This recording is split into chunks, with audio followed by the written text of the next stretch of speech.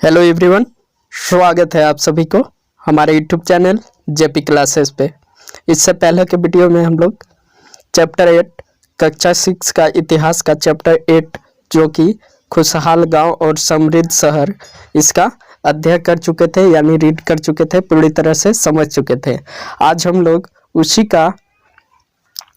उसी चैप्टर का कुछ क्वेश्चन और इम्पोर्टेंट नोट्स देखेंगे। तो चलिए बिना देर किए हुए वीडियो को शुरू करते हैं। चैप्टर का नाम था खुशहाल गांव और समृद्ध शहर, यानी कि खुशहाल गांव और समृद्ध विकसित शहर, जो कि चैप्टर का नाम था। पहला प्रश्न पूछा जा रहा है कि लोहे की ऐसी 5 चीज़ों की सूची बनाओ जिनका प्रयोग तुम रोज करते हो। बोला जा रहा है क्वेश्चन कि लोहे की ऐसी 5 चीज मतलब 5 वस्तुओं का सूची बनाना है जिनका हम रोज प्रयोग करते हैं। तब पहला हो जाएगा आंसर में प्रतिदिन प्रयोग होने वाली लोहे की चीजें। पहला कुर्सी प्रतिदिन यूज होता है, पेचकस, हथौड़ा, तावा, चिमटा। इसका आंसर ए रहा। क्वेश्चन पूछ रहा था कि लोहे के कोई ऐसी 5 चीज़ों की सूची बनाइए जिनका प्रयोग तुम रोज करते हो। तो इन चीज़ों का प्रयोग लगभग रोज किया जाता है: कुर्सी, पेचकस, हथौड़ा, तावा और चिमटा। चलिए आगे के प्रश्न देखते हैं। दूसरा प्रश्न बोल रहा है कि इस कहानी में आए व्यक्तियों के व्यवसाय की सूची बनाओ। जो इस कहानी था, मतलब चैप्टर 8 जो था खुशहाल गांव और समृद्ध शहर, इस कहानी में जिन जिन व्यवसायों के व्यापारियों के बारे में आया था उनका सूची बनाना है। और प्रत्येक के लिए यह तय करो कि वे शहर में मतलब काम करते थे, या शहर में व्यवसाय करते थे, या गांव में, या फिर शहर या गांव दोनों में। मतलब इस कहानी में जो भी व्यवसाय व्यक्तियों का सूची बनाना है और उसको तय करना है कि वह शहर में काम करते थे या फिर केवल गांव में, या शहर तथा गांव दोनों में। तो चलिए उत्तर देखते हैं। इस कहानी में जो व्यवसाय व्यक्तियों थे उनका नाम है होटल व्यवसाय, यानी जो होटल चलाने वाले लोग थे वह सिर्फ क्या करते थे, शहर में काम किया करते थे। होटल व्यवसाय शहर में किया जाता था। दूसरा व्यक्ति आता है माली। माली का काम क्या था? माली शहर तथा गांव दोनों में काम किया करता था। जो माली होता था उसका व्यवसाय शहर में भी चलता था और गांव में भी चलता था। अगला है कुम्हार। कुम्हार का व्यवसाय किस में चलता था? सिर्फ और सिर्फ गांव में चलता था। जो कुम्हार होता था उसका व्यवसाय सिर्फ गांव में होता था। घास काटने वाले, तो घास काटने वाला का व्यवसाय कहाँ चलता था? शहर तथा गांव दोनों में चलता था। फिर अगला है व्यापारी। जो व्यापार करने वाले थे सिर्फ शहर में, व्यापारी जो हुआ करते थे उनका व्यवसाय सिर्फ शहर में हुआ करता था। घोड़े का व्यापारी का शहर तथा गांव दोनों में ही इनका व्यवसाय हुआ करता था। तो ये था क्वेश्चन 2 का आंसर। चलिए अगला क्वेश्चन देखते हैं। क्वेश्चन नंबर 3 बोल रहा है कि घोड़े का व्यापारी शहर में क्यों आया होगा। जो घोड़ा का व्यापारी था वह शहर में ही क्यों आया था? तो घोड़े का व्यापारी शहर में घोड़े बेचने के लिए आया होगा। जो घोड़े का व्यापारी है वह शहर में घोड़े बेचने के लिए आया होगा। जाहिर से बात है, घोड़े का व्यापारी शहर क्यों जाएगा? तो घोड़े बेचने के लिए।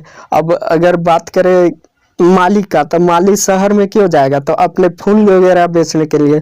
उसी तरह से इसमें प्रश्न पूछा जा रहा है कि घोड़े का व्यापारी शहर क्यों आया था? तो घोड़े का व्यापारी शहर घोड़ा बेचने के लिए आया था। अगला क्वेश्चन है क्वेश्चन नंबर 4। एक मिनट। क्वेश्चन नंबर 4, क्या महिलाएं कहानी में बताए गए व्यवसायों को अपना सकती थी? क्या जो महिलाएं थे वह कहानी में जो भी व्यवसाय बताए गए हैं, जो भी काम धंधे बताए गए हैं, उसे महिला क्या अपना सकती थे यानी काम कर सकती थी? उत्तर के कारण भी बताना है। तो महिलाओं को कहानी में बताए व्यवसायों को नहीं अपना सकते थे क्योंकि वे घरेलू कार्यों में व्यस्त रहती थी तथा घर से बाहर कम ही निकला करती थी। जो महिलाएं थे वह व्यवसाय को नहीं अपना सकते थे। क्यों नहीं अपना सकते थे? क्योंकि वह घर के काम में ही ज़्यादातर व्यस्त रहा करते थे और घर से बाहर ज़्यादातर निकलते नहीं थे। यही कारण था कि महिलाएं इस व्यवसाय को नहीं अपना सकती थी। अगला प्रश्न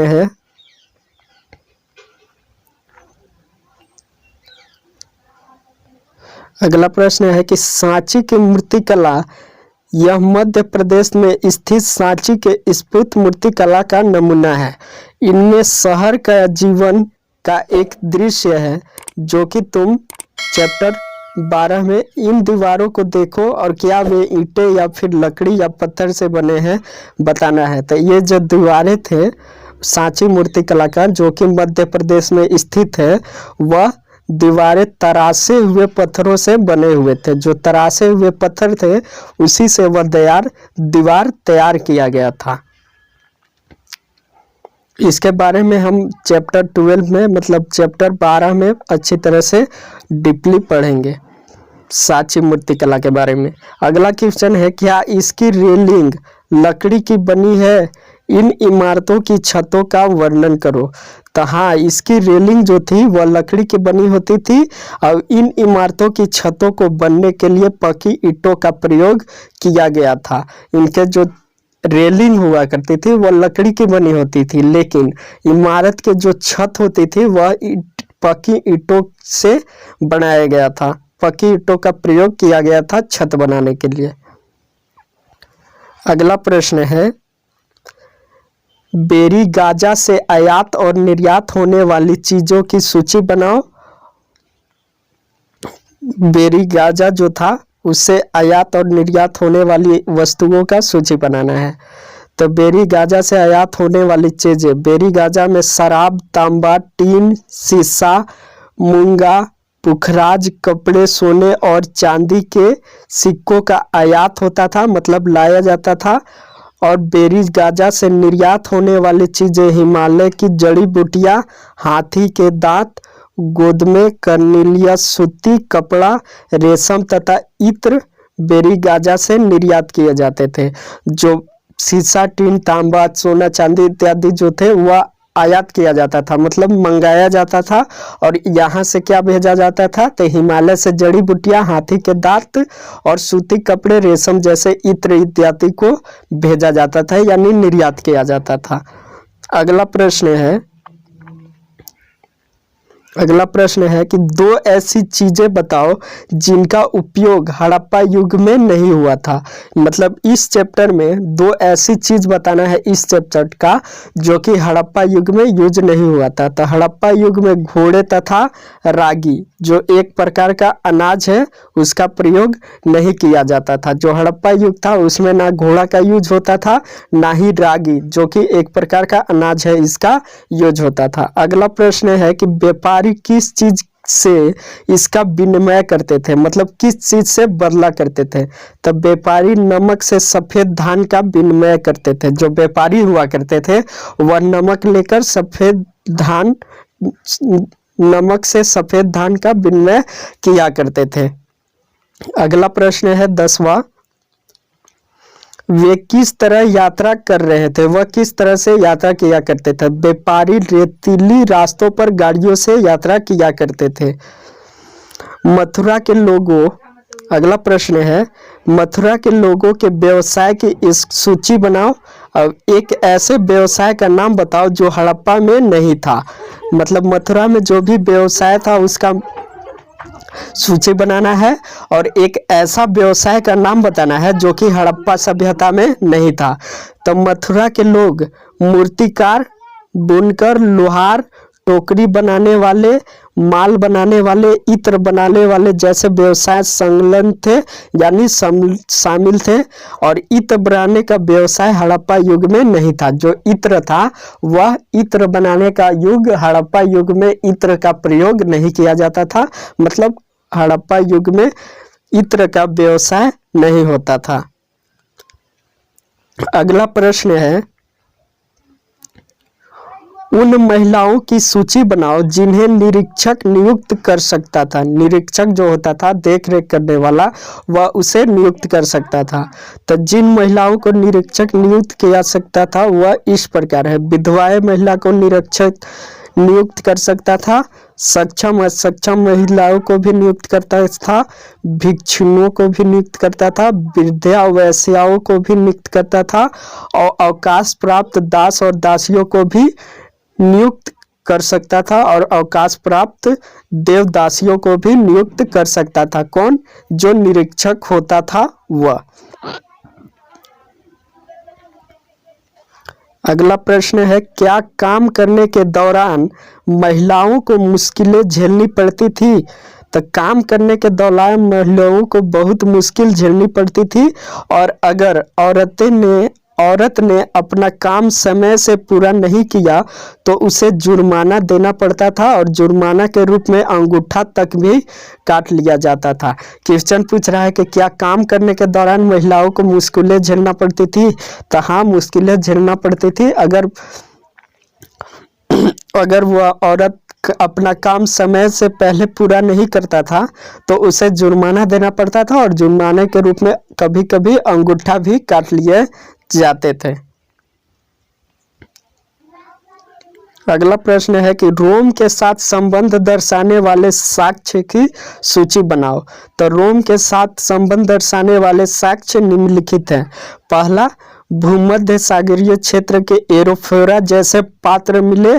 जो भूमध्य सागरीय थे वहां से कप मिला था, एफोरा जैसे पात्र मिला था। इससे प्रमाणित होता है कि वह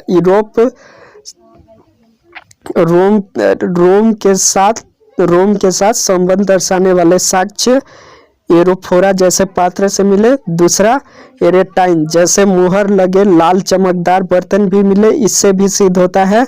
और रोमन लैंप शीशे के बर्तन तथा रत्न भी मिले थे। ये सभी प्रमाण है रोम के साथ संबंध दर्शाने के, साक्ष्य या प्रमाण बोल सकते हैं। तो ये सभी चीजें थी। अब कुछ देखेंगे इम्पोर्टेंट नोट्स। यह यूरोप से सबसे पुराना शहर में से एक था। जो रोम था वह यूरोप के सबसे पुराने शहरों में से एक था। इसका विकास लगभग तभी हुआ जब गंगा के मैदान के शहर बस रहे थे। जब गंगा के मैदान में शहर बस रहे थे उसी समय रोम का विकास हुआ था। रोम एक बहुत बड़े साम्राज्य की राजधानी भी था। यह यूरोप, उत्तर अफ्रीका और पश्चिमी एशिया तक फैला साम्राज्य था। जो रोम था यह यूरोप, उत्तरी अमेरिका तथा पश्चिमी एशिया तक फैला हुआ था, मतलब विशाल साम्राज्य था। इससे सबसे पहले महत्वपूर्ण शासकों में से ऑगस्टस ने करीब 2000 साल पहले शासन किया था। उसने कहा था कि रोम ईंटों का शहर था जिसे मैंने संगमरमर का बनवाया। जो रोम था वह ईंटों का शहर था, और जो ऑगस्टस नामक शासन था जो 2000 साल पहले उस पर शासन किया था, उसने इसे संगमरमर का बनवाया था। ऑगस्टस और उसके बाद के शासकों ने कई मंदिर तथा महल भी बनवाए थे।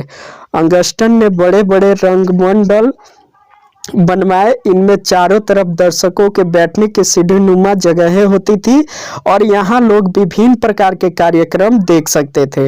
उन्होंने स्नान घर भी बनवाए जहाँ स्त्री तथा पुरुषों के लिए अलग अलग समय निर्धारित थे।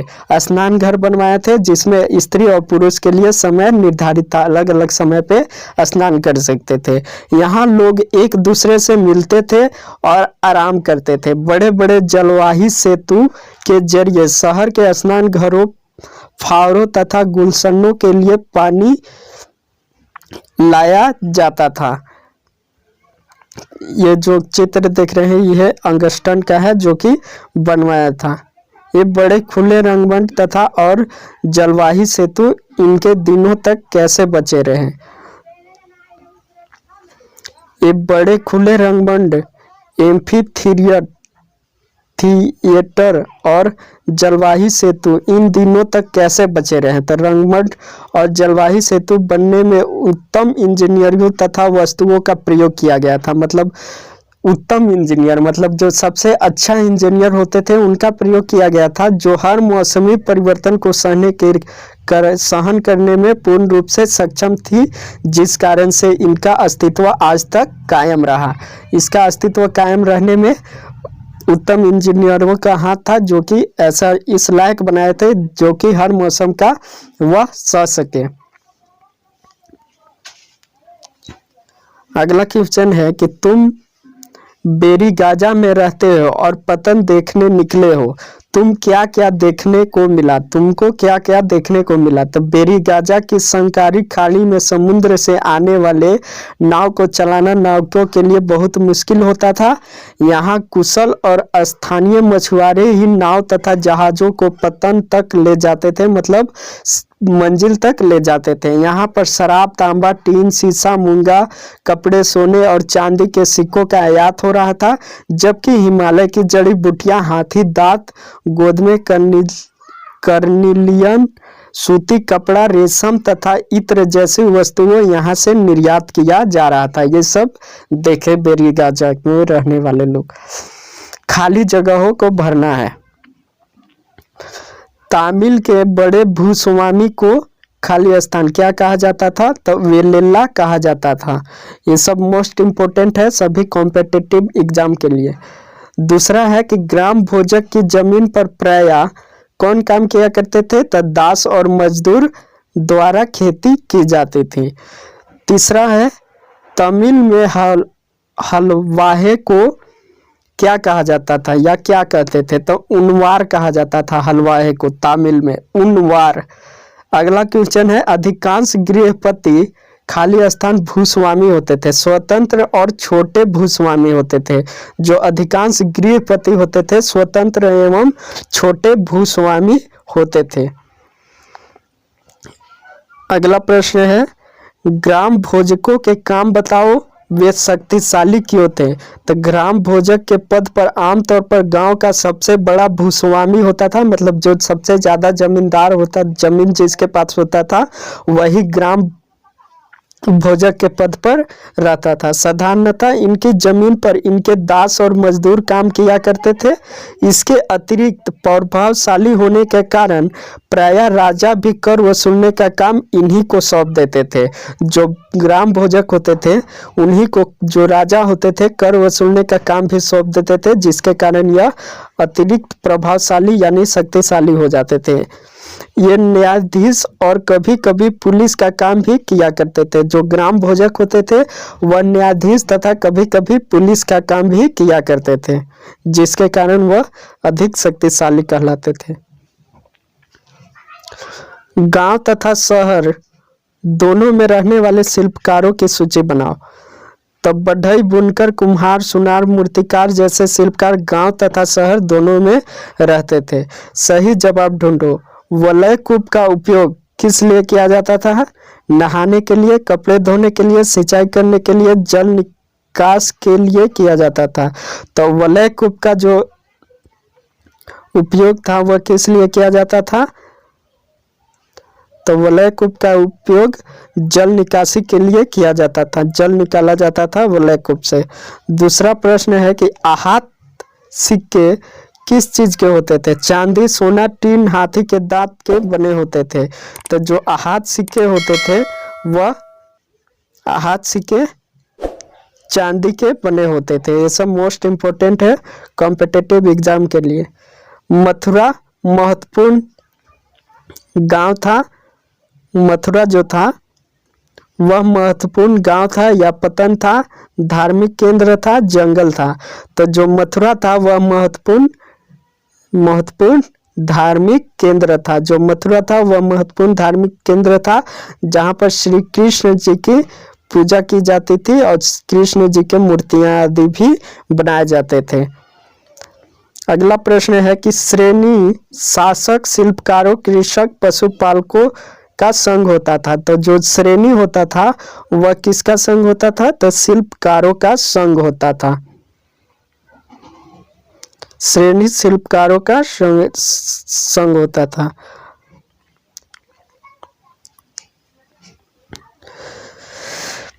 ये जो लोहे के औजार दिखाए गए हैं ये क्या है? सड़सी और छेनी हसुआ।